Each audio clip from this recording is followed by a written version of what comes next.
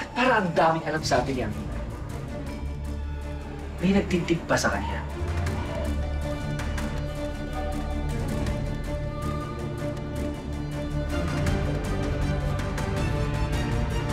Rapist ka.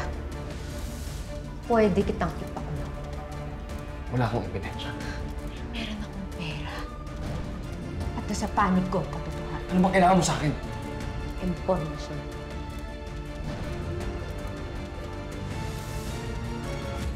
Sino naman tangang gagawa nun? Ang problema kasi sa inyo, puro kayo depensa. Eh kung tayo naman kaya yung umapensa, Yes. We should hit her where it hurts. Paano? E di gantihan natin yung pamilya niya. gantihan? Paano? Eh kung unahin kaya natin yung kapatid niya.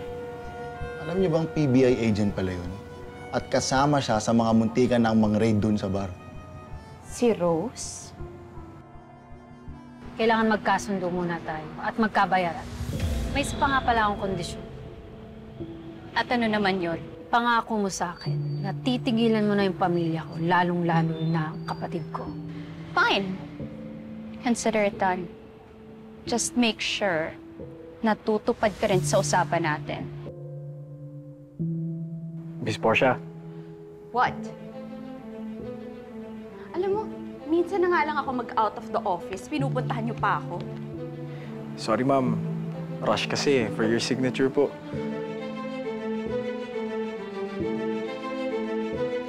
Ito. Balik mo sa office. Thank you, ma'am.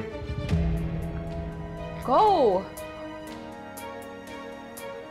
Siguro naman, sa dami natin dito, someone can think of something to use against Rose. Ideas?